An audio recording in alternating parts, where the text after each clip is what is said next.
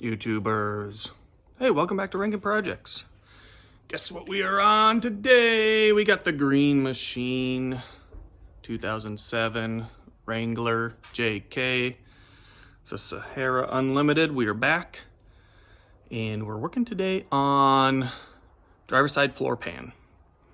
So recently bought this thing and to get it home, and I got my light. I'm up underneath it, really checking stuff out just to see what's going on under there.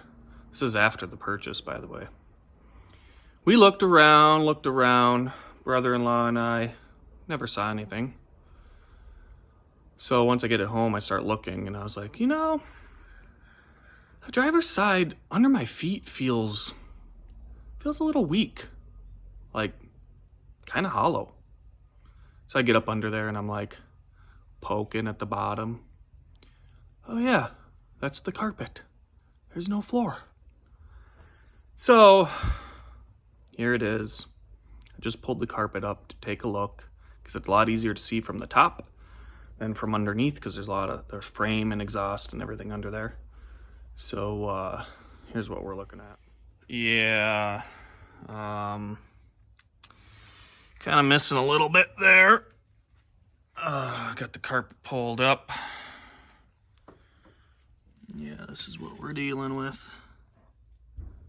So we got a floor pan on order. What I want to do next is I kind of want to check out the edges and everything because I got to see how much metal I have to work with.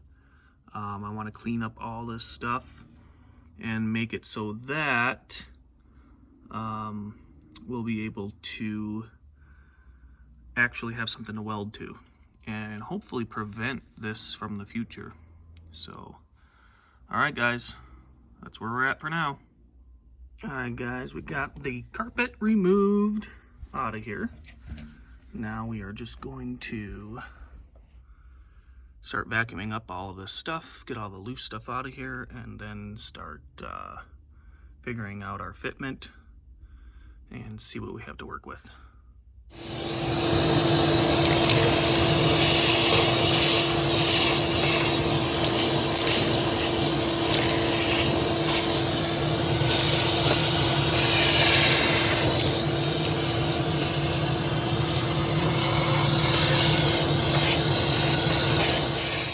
Well guys, I didn't even get done cleaning out all the rust. I just wanted to check the fit. And look at this.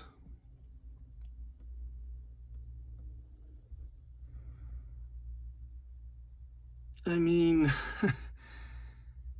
it's not so bad. That thing molded right in there pretty nice. Okay, well, I mean, I think what I'm gonna do now is I'm gonna trace where that is and then just start cleaning out all the loose rust underneath. And then, yeah, this actually looks pretty decent. Alrighty, we'll be back. Alright guys, so I use the tin snips and cut out some of the metal and the rusty parts.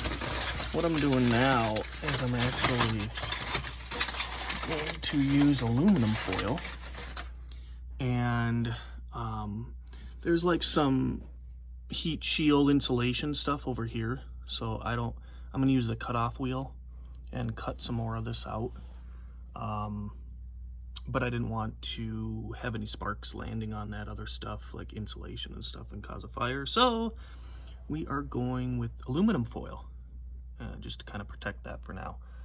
Alright, we'll cut some more out here. Alright guys, floor pan, back at it. Doing a little bit of tack welds, getting this thing in there. Then I think we're going to do a few more spots and then seal it up.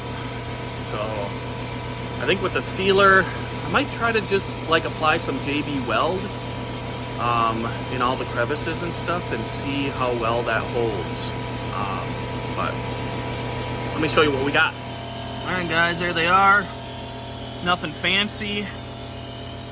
Got a couple up under there as well. A few here, one on the corner, and then we're gonna start doing a couple down here. Oh yeah, look at that. Ugh. Seat thing. And then I'm thinking like maybe get some JB Weld under this thing and clamp it down. So I gotta figure that portion out. But I will say, pro tip on doing something like this, I read online, one guy said, all you gotta do is say 1/1000 and that's enough.